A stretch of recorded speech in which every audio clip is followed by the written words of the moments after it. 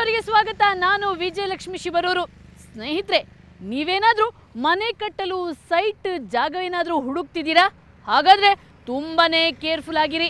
ಯಾಕಂದರೆ ನಿಮ್ಮ ಆಸೆ ಆಕಾಂಕ್ಷೆಯನ್ನು ನುಚ್ಚು ನೂರು ಮಾಡಲು ಖತರ್ನಾಕ್ ಗ್ಯಾಂಗ್ ಒಂದು ಹೊಂಚು ಹಾಕ್ತಿದೆ. ಅದ್ಯಾವುದ್ಯಾವುದೋ ಜಾಗವನ್ನು ತೋರಿಸಿ ನಕಲಿ ದಾಖಲೆಗಳನ್ನು ಸೃಷ್ಟಿಸಿ ನಿಮಗೆ ಮೋಸ ಮಾಡುತ್ತೆ. ಅಷ್ಟೇ ಅಲ್ಲ, ಬಣ್ಣ ಬಣ್ಣದ ಮಾತುಗಳನ್ನಾಡಿ ಲಕ್ಷ ಲಕ್ಷ ಪೀಕುತ್ತೆ. ಇದೇ ರೀತಿ ಬೆಂಗಳೂರು ಹಾಗೂ ಇದರ ಸುತ್ತಮುತ್ತಲ ಸಾವಿರಾರು ಅಮಾಯಕರಿಗೆ ಇದೇ ರೀತಿ ಮೋಸ ಮಾಡಿರುವಂಥ ಈ ಖತರ್ನಾಕ್ ಗ್ಯಾಂಗ್ನ ಡೇಂಜರಸ್ ಪ್ಲ್ಯಾನ್ನ ಸುವರ್ಣ ನ್ಯೂಸ್ನ ಕವರ್ ಸ್ಟೋರಿ ತಂಡ ರಹಸ್ಯ ಕಾರ್ಯಾಚರಣೆ ಮೂಲಕ ಬಯಲು ಮಾಡಿದೆ. ಹಾಗಾದರೆ ಆ ಖತರ್ನಾಕ್ ಗ್ಯಾಂಗ್ ಯಾವುದು, ಅದರ ಡೇಂಜರಸ್ ಪ್ಲ್ಯಾನ್ ಯಾವುದು ಮತ್ತು ಅದರ ಲೀಡರ್ಸ್ಗಳು ಯಾವುದು ಅನ್ನೋದನ್ನ ವಿವರ ಕೊಡ್ತೀನಿ ಇವತ್ತಿನ ಕವರ್ ಸ್ಟೋರಿಯಲ್ಲಿ.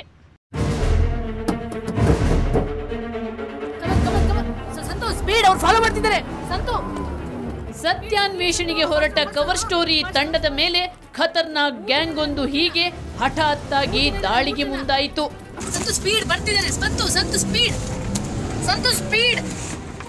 ಅದು ದುರ್ಗಮ ಪ್ರದೇಶವಾಗಿತ್ತು.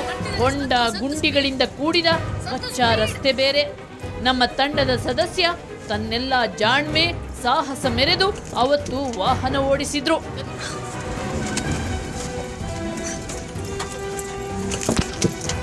ಎರಡು ಮೂರು ಬೈಕಲ್ಲಿ ನಮ್ಮನ್ನು ಅಟ್ಟಾಡಿಸಿಕೊಂಡು ಬಂದ ಆ ದುಷ್ಕರ್ಮಿಗಳಿಗೆ ನಮ್ಮ ಗಾಡಿ ಹಾರಿಸುತ್ತಿದ್ದ ಧೂಳು ಅಡ್ಡಿಯಾಯಿತು, ದಾರಿ ತಪ್ಪಿಸಿತು. ಆವತ್ತು ನಾವು ಕೂದಲೆಳೆಯ ಅಂತರದಿಂದ ತಪ್ಪಿಸಿಕೊಂಡು ಬಂದೆವು. ಅಂದು ನಮ್ಮ ಪ್ರಾಣ ಉಳಿದಿದ್ದೇ ಹೆಚ್ಚು. ದಾಳಿ ನಮ್ಮ ಸ್ಥೈರ್ಯ ಹೆಚ್ಚಿಸಿತು. ಆ ಖದೀಮರ ದಾಳಿ ನಮಗೆ ಶಾಕ್ ಕೊಟ್ಟಿದ್ದು ನಿಜ. ಆದರೆ ಅದು ನಮ್ಮ ಸ್ಥೈರ್ಯ ಕುಗ್ಗಿಸಲಿಲ್ಲ. ಬದಲಾಗಿ ನಮ್ಮಲ್ಲಿ ಆ ಗ್ಯಾಂಗ್ನ ಬಣ್ಣ ಬಯಲು ಮಾಡೋ ಛಲ ಹೆಚ್ಚಿಸಿತು. ನಮ್ಮನ್ನ ಬೆದರಿಸಿದ ಆ ದುಷ್ಕರ್ಮಿಗಳು ಅಮಾಯಕರಿಗೆ ಮಾಡುತ್ತಿದ್ದ ಭಾರೀ ಮೋಸವನ್ನ ಇಡೀ ರಾಜ್ಯದ ಜನತೆಗೆ ತೋರಿಸಲೇಬೇಕು ಅನ್ನೋ ಹಠ ಹುಟ್ಟಿತು. ಅದಕ್ಕಾಗಿ ನಾವು ಪಕ್ಕಾ ಪ್ಲಾನ್ ಮಾಡಿದೆವು. ಈ ಗ್ಯಾಂಗ್ನ ಬಗ್ಗೆ ಮಾಹಿತಿ ಕಲೆ ಹಾಕಲು ಪ್ರಾರಂಭಿಸಿದ್ವಿ. ನಮ್ಮ ಮಾಹಿತಿದಾರರು ಇವರ ಕಾರ್ಯವೈಖರಿಯನ್ನ ನಮಗೆ ಎಳೆ ಎಳೆಯಾಗಿ ವಿವರಿಸಿದ್ರು. ಸಣ್ಣ ಪತ್ರಿಕೆ ಅಂತ ಒಂದು ಆರಂಭಿಸ್ತಾರೆ, ಯಾವುದೋ ಒಂದು ಹೆಸರು, ನಮ್ಮದು ಪತ್ರಿಕೆ ಎಲ್ಲ ಕಡೆ. ಅದ್ರ ಜೊತೆಗೆ ಒಂದು ಸಂಘಟನೆ ಅಂತ ಒಂದು ಸಂಘಟನೆ ಒಂದು ರಿಜಿಸ್ಟರ್ ಮಾಡ್ತಾರೆ. ರಿಜಿಸ್ಟರ್ ಮಾಡಿ ತಹಸೀಲ್ದಾರ್ ಆಫೀಸ್ಗೆ ಹೋಗ್ತಾರೆ. ಇಲ್ಲಿ ಕಡೆ ಬಡವರಿಗೆ ನಾವು ಎಲ್ಲಾದರೂ ಸ್ಥಳ ನಿಗದಿಪಡಿಸಿ ಅಂತ ಹೇಳ್ಬಿಟ್ಟು ಅಲ್ಲಿ ಅವರು ಒಂದು ಪತ್ರ ಕೊಟ್ಟರೆ ಅಲ್ಲೊಂದು ಸೀಲ್ ಹಾಕ್ಕೊಡ್ತಾರೆ ತಹಸೀಲ್ದಾರ್. ಸರಿ ಆಯಿತು, ನಾವು DC-ಗೆ ಸರ್ಕಾರ ಕಳಿಸ್ತೀವಿ ಅಂತ. ಆ ಪತ್ರನ ಇಟ್ಕೊಂಡು ಇವರು ನಾವು ಇಲ್ಲಿ ಇಂಥ ಜಾಗದಲ್ಲಿ ಇಂಥ ಸರ್ವೆ ನಂಬರ್ ಅಂತ ಹುಡ್ಕೊತಾರೆ. ಆ ಸರ್ವೆ ನಂಬರ್ನಲ್ಲಿ ಇವ್ರು ಏನು ಮಾಡ್ತಾರೆ, ನಮಗೆ ಸರ್ಕಾರದಿಂದ ಈ ಜಾಗ ನಾವು ಅವ್ರ ಹತ್ರ ನಾವು ಫೈಟ್ ಮಾಡ್ತಾಯಿದ್ದೀವಿ, ಸರ್ಕಾರ ನಮ್ಗೆ ಕೊಡಬೇಕಾಗಿರೋ ಹಕ್ಕು ಸರ್ಕಾರಕ್ಕೆ ಐತೆ, ಆ ಸರ್ಕಾರ ಕೊಡ್ತದೆ, ನೀವು ಬಂದು ಇಲ್ಲಿ ವಾಸಿಸ್ಕೊಂಡ್ರಿ ಅಂತ ಹೇಳ್ಬಿಟ್ಟು ಸ್ವಲ್ಪ ಹಣ ಪಡ್ಕೊಂಡು ಅಲ್ಲಿ ಅವ್ರನ್ನ ಒಂದು ಗುಂಪಾಗಿ ಅಲ್ಲಿ ಸೇರಿಸ್ತಾರೆ. ಸೈಟ್ ಆಸೆ ಹುಟ್ಟಿಸ್ತಾರೆ. ಎಸ್, ಇವರು ಗಾಳ ಹಾಕೋದೆ ಮನೆ ಕಟ್ಟಲು ಜಾಗ ಹುಡುಕೋ ಕನಸುಗಾರರಿಗೆ, ಅದರಲ್ಲೂ ಮುಖ್ಯವಾಗಿ ಮಧ್ಯಮ ಮತ್ತು ಬಡವರ್ಗದ ಮಂದಿಗೆ. ಇವರು ಕಡಿಮೆ ಬೆಲೆಗೆ ಸೈಟ್ ಕೊಡಿಸ್ತೀವಿ ಅಂತ ಆಸೆ ಹುಟ್ಟಿಸಿ ಆಟ ಆಡ್ತಾರೆ. ಕೊನೆಗೆ ಅವರಿಂದ ಲಕ್ಷ ಲಕ್ಷ ಪೀಕಿ ಮೋಸ ಮಾಡ್ತಾರೆ. ಪರ್ಸ್ನಲಾಗಿ ಮಾತಾಡೋಣ ಬನ್ನಿ ಅಂತ ಕರೆದಾಗ ಅಲ್ಲೋಗಿ ಕೇಳಿದ್ರೆ ಆಮೇಲೆ ಈ ನಾವು ತಹಸೀಲ್ದಾರ್ಗೆ DC ಅವರಿಗೆ ಅವ್ರಿಗೆಲ್ಲ ಸ್ವಲ್ಪ ನಾವು ಅವ್ರನ್ನೆಲ್ಲ ನೋಡಬೇಕು, ಸ್ವಲ್ಪ ಹಣ ವ್ಯವಸ್ಥೆ ಬೇಕಾಗೈತೆ, ಇಂಥ ಜಾಗಕ್ಕೆ 1 ಲಕ್ಷ ರೂಪಾಯಿ, ಇಂಥ ಜಾಗಕ್ಕೆ 1.5 ಲಕ್ಷ ರೂಪಾಯಿ, ಇಂಥ ಜಾಗಕ್ಕೆ 70,000 ರೂಪಾಯಿ ಅಂತೇಳ್ಬಿಟ್ಟು ಆ ಸ್ಥಳನ ನೋಡಿ ಅವರು ಒಂದು ರೇಟ್ ಫಿಕ್ಸ್ ಮಾಡ್ತಾಯಿದ್ದಾರೆ. ಸರ್ಕಾರಿ ಜಮೀನೇ ಟಾರ್ಗೆಟ್. ಈ ಗ್ಯಾಂಗ್ ಏನ್ ಮಾಡುತ್ತೆ ಗೊತ್ತಾ? ಅಮಾಯಕರನ್ನ ಒಂದು ಖಾಲಿ ಜಾಗಕ್ಕೆ ಕರ್ಕೊಂಡು ಹೋಗುತ್ತೆ. ಅದು ಸರ್ಕಾರ ಗೋಮಾಳವೋ ಕೆರೆಯಂಗಳವೋ ಅಥವಾ ವಿವಾದಿತ ಜಮೀನಾಗಿರುತ್ತೆ. ಈ ಭೂಮಿ ನಮಗೆ ಮಂಜೂರಾಗಿದೆ, ಇನ್ನು ಕೆಲವು ದಿನಗಳಲ್ಲಿ ಇಲ್ಲಿ ನಾವೊಂದು ಲೇಔಟ್ ಮಾಡ್ತೀವಿ ಅಂತ ಹೇಳ್ತಾರೆ. ಗೋಮಾಳ ಅಂದ್ರೆ ಏನಂತ? ಸರ್ಕಾರಿ ಭೂಮಿ.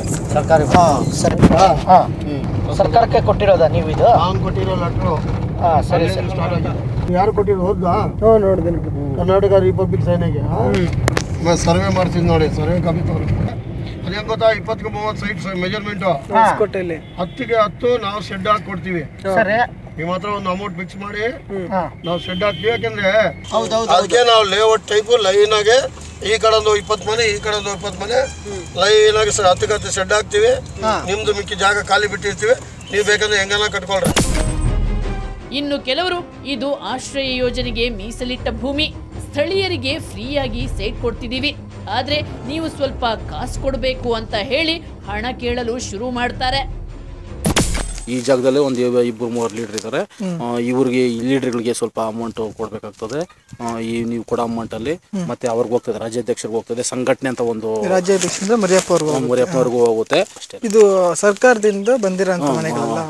ಏನ್ ಯಾವ ಯೋಜನೆ ಇದು? ಆಶ್ರಯ ಯೋಜನೆದಲ್ಲಿ ಮಂಜೂರು ಮಾಡಿಸಿರೋ ಆಶ್ರಯ ಯೋಜನೆನ ಇದು ಫ್ರೀಗೆ ಕೊಟ್ಟಿರತ್ತಾನೆ ಸರ್ಕಾರ. ಇದು ಸರ್ಕಾರ ಫ್ರೀಯಾಗಿ ಅಂದ್ರೆ 10 ವರ್ಷ ಕಷ್ಟಪಟ್ಟಿದ್ದು ಸರ್ ಇದು ಮಂಜೂರು ಮಾಡ್ಸಕ್ಕೆ. 10 ವರ್ಷ ಓಡಾಡಿದ್ವಿ ಮಂಜೂರು ಮಾಡೋದು.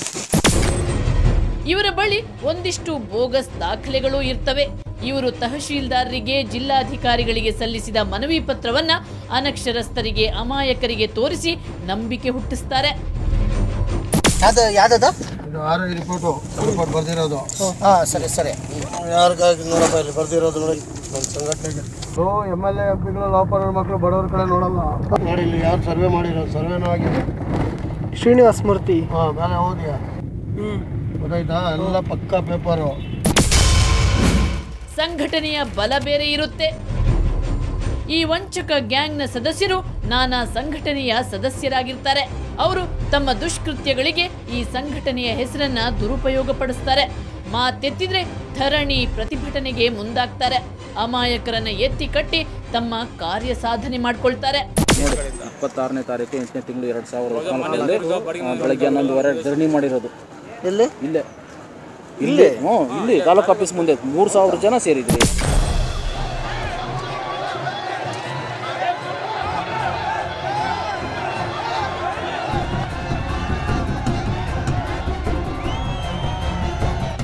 ಇನ್ನೊಂದು ದುರಂತದ ಸಂಗತಿ ಅಂದ್ರೆ ಇವರು ಈ ಸಂಘಟನೆಯ ಸದಸ್ಯರನ್ನೇ ಬಲಿಪಶು ಮಾಡ್ತಿದ್ದಾರೆ. ಈ ತಂಡ ಬೆಂಗಳೂರು ಮತ್ತು ಸುತ್ತಮುತ್ತಲ ಜಿಲ್ಲೆಗಳಲ್ಲಿ ಕಾರ್ಯನಿರ್ವಹಿಸುತ್ತಿದೆ. ಈ ಖದೀಮರು ಕಾರ್ಯನಿರ್ವಹಿಸಿರೋ ಶೈಲಿ ತುಂಬಾನೇ ಖತರ್ನಾಕ್ ಆಗಿದೆ. ಅವರು ಮಾಡೋ ಡೇಂಜರಸ್ ಪ್ಲಾನ್ ಅನ್ನ ಬಯಲಿಗೆಳೆಯಲು ಕವರ್ ಸ್ಟೋರಿ ತಂಡ ಭಾರೀ ಸಾಹಸ ಮಾಡಿತು. ಕೆಲವೊಂದು ಸಂದರ್ಭದಲ್ಲಿ ಪ್ರಾಣವನ್ನೇ ಪಣಕ್ಕಿಟ್ಟಿತು. ನಮ್ಮ ರಹಸ್ಯ ಕಾರ್ಯಾಚರಣೆಯ ಬಲೆಗೆ ಬಿದ್ದ ಆ ಖದೀಮರು ಇವರೇ ನೋಡಿ.